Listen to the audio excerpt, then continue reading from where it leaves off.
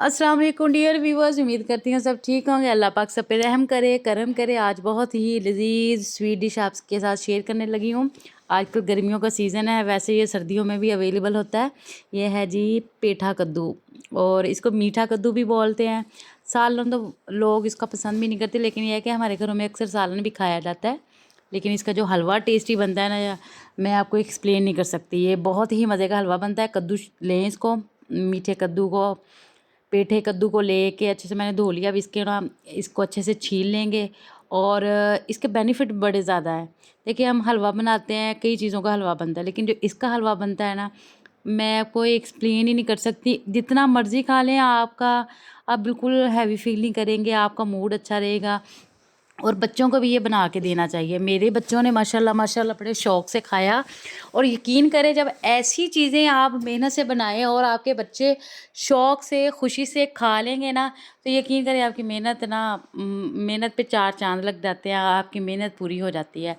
बस प्यार मोहब्बत से कटाकट कर लें, छील लें, इसको धो लें, संवार लें, और तरीका बस पता होना चाहिए पकाने का।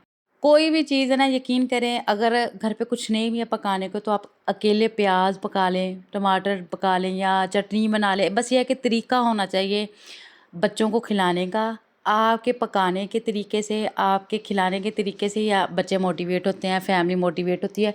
क्योंकि ये चीज़ें हम अपने घरों में देखते हैं। अल्हम्दुलिल्लाह हमारी अम्मियों ने कभी भी, हमारे टाइम में तो ये पिज़्ज़े, ज़िंगर, शवारमे, बर्गर नहीं थे, लेकिन ये है कि अल्हम्दुलिल्लाह उन्होंने बड़े अच्छे तरीके से हमारी तरबियतें की हैं। हमारी अम्माओं ने बड़ी मेहनतें, मुशक्क़तें की हैं। लेकिन आज की हम अम्मियाँ, हम जो माएँ हैं ना, हम थोड़ी-सी सेंसिटिव सी हो गई हैं। लेकिन ये है कि मैं कोशिश करती हूँ, मैं अपनी अम्मी को फ़ॉलो करूँ, मैं उनके नक्शे कदम पे चलूँ। कि मैं सोचती हूँ कि हम लोगों में ताकत नहीं है। यकीन करें, हमारे घरों में काम वालियाँ हैं अल्हम्दुलिल्लाह, हम मुशक्क़तें नहीं करते, सिर्फ़ किचन के काम करती हैं। उसी से हम थक टूट जाती हैं, बस हो जाती है, मरने वाली हो जाती हैं। लेकिन हमारी अम्मियाँ अभी तक, हाँ अल्हम्दुलिल्लाह, हम लोगों से फ़िट हैं। क्योंकि मेरी अम्मी खुद बताती होती हैं, हमने देसी घी में ना आटे के हलवे पका-पका के खाए हैं, पंजीरियाँ खाई हैं, इतनी मतलब ना अच्छी-अच्छी चीज़ें खाई हुई हैं। तो हम लोगों ने तो ऐसा कुछ नहीं खाया, हर चीज़ होने के बावजूद भी हम लोगों ने कुछ नहीं खाया। तो अभी मैं ना छोटी-छोटी चीज़ें, जैसे मैं अपने बच्चों के लिए नट्स वग़ैरह ग्राइंड करके रखे हैं। मैं अपने बच्चों को नट्स दूध में देती हूँ। पी लें, लेकिन पीते नहीं हैं बच्चे, यकीन करें। लेकिन ये है कि मैं एफ़र्ट ज़रूर करती हूँ कि मुझे ये फ़ील ना हो कि मैंने अपने बच्चों का ख़्याल नहीं रखा। अपनी तरफ से अच्छा खिलाने की कोशिश करती हूँ, होममेड चीज़ें देती हूँ, घर का बना खाना देती हूँ। हाँ, कभी-कभार है कि हम बाहर चले जाएँ, कुछ खा लें, क्योंकि बच्चों को आजकल के दौर में ना ये चीज़ें भी ज़रूरी हो गई हैं। बच्चों को आउटिंग पे ना लेके जाओ, उनको डिप्रेशन होने लग जाता है, क्योंकि घरों में हमारे वो एक्टिविटी नहीं है, बच्चे हमारे वो गेम्स नहीं खेलते, जो हम लोगों ने अपने टाइम में खेली हुई थी। बच्चों को पता ही नहीं है, सीरियसली पता ही नहीं है गेम्स का। हम बच्चों को गेम्स है क्या है खेलने वाली। और बस ये है कि कुछ ना कुछ ट्राई करते रहें। एक तो ये है कि आप ही अपने आप को सैटिस्फाई रखेंगे कि हमने अपने बच्चों को कोशिश तो की है ना। ये थोड़ी कहेंगे कि जी असी तो पका के नहीं खुआया, ये बच्चों के साथ भी बेईमानी होगी। लेकिन ये है कि आप ईमानदार हैं, तो कोई नहीं, बच्चे हैं, आज ये छोटे हैं, कल को ये भी, जैसे अब हम अपनी अम्मियों को याद कर रही हैं, या कल को ये भी हमें याद करेंगे कि जी हमारी अम्माओं ने हमें ऐसे खिलाया। तो ये देखिए, नस्ल दर नस्ल चीज़ें हम मूव कर रहे हैं आगे।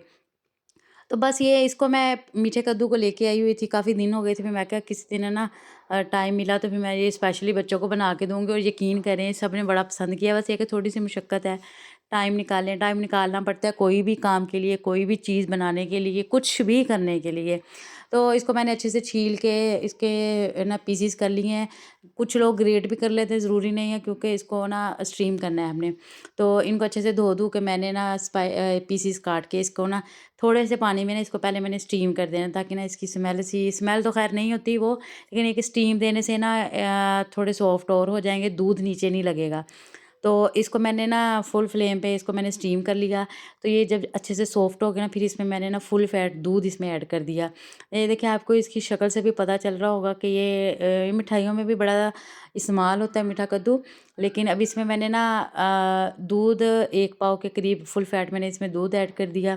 और अभी इसको मीडियम आँच पे रख के ना मैंने इसको ना पकाने के लिए रख दिया है। साथ ही मैंने सब्ज़ इलायचियाँ 3 से 4 इसमें ऐड कर दी हैं। क्योंकि अब इसको सिर्फ़ इसकी भुनाई में थोड़ा टाइम लगता है।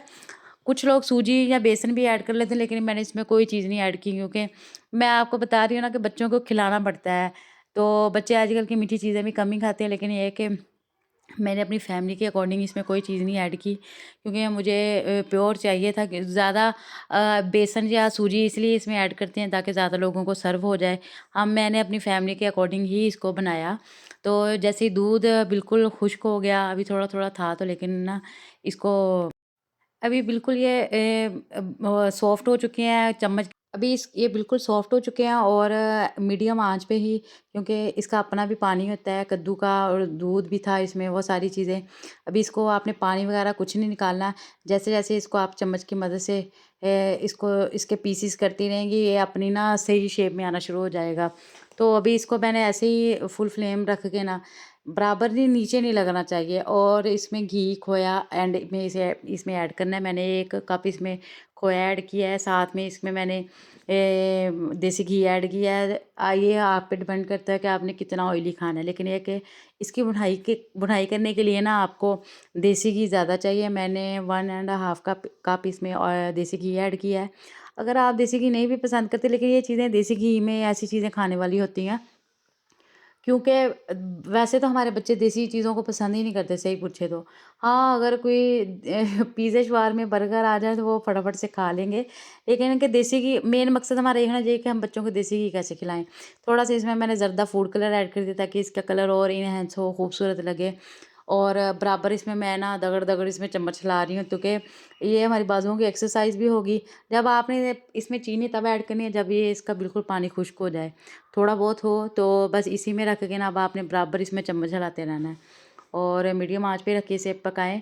और चम्मच ये ज़रूरी है, क्योंकि साथ साथ हिलाएंगी तो ये ना नीचे लग जाए, और जैसे ही ऑयल फ्री हो जाए आपको पता चल जाएगा कि हमारा हलवा बिल्कुल तैयार हो गया है। तो जब इसकी बुनाई करते रहेंगे और इतना खूबसूरत गोल्डन सा कलर आ गया, क्योंकि इसमें फूड कलर भी ऐड किया था, वो और खुशबू भी बड़ी मज़े की आ रही थी इसमें। खोया आपने ऐड करना है तो आपकी मर्ज़ी का, लेकिन ये है कि थोड़ा ना टेस्ट बर्फ़ी की तरह, मतलब बहुत ही मज़े का, मैं आपको एक्सप्लेन नहीं कर सकती। प्लीज़ आप इसे ज़रूर ट्राई करें एक दफ़ा मेरे कहने पे, और आप कहेंगे कि ना अब्बा जी आप तुसी सानू सही दसिया कि ये बेकार चीज़ों को हम खुदा की नेमतें इनको बेकार समझते हैं, लेकिन ये है कि तरीके से बनाएँगी ना तो इंशाल्लाह आई होप सो कि आपकी सारी फैमिली को ये पसंद आएगा। इसको मैंने अच्छे तरीके से गार्निश कर दिया कुटे हुए ड्राई फ्रूट के साथ, और उम्मीद करती हूँ आप लोगों को मेरी रेसिपी पसंद आई होगी। प्लीज़ मेरे चैनल को सब्सक्राइब करें, बेल आइकन को प्रेस करें, अपने दोस्तों और फैमिली के साथ शेयर करें, मुझे अपनी ढेर सारी दुआओं में याद रखें। मिलते हैं नेक्स्ट वीडियो में, नेक्स्ट व्लॉग में। बाय, टाटा।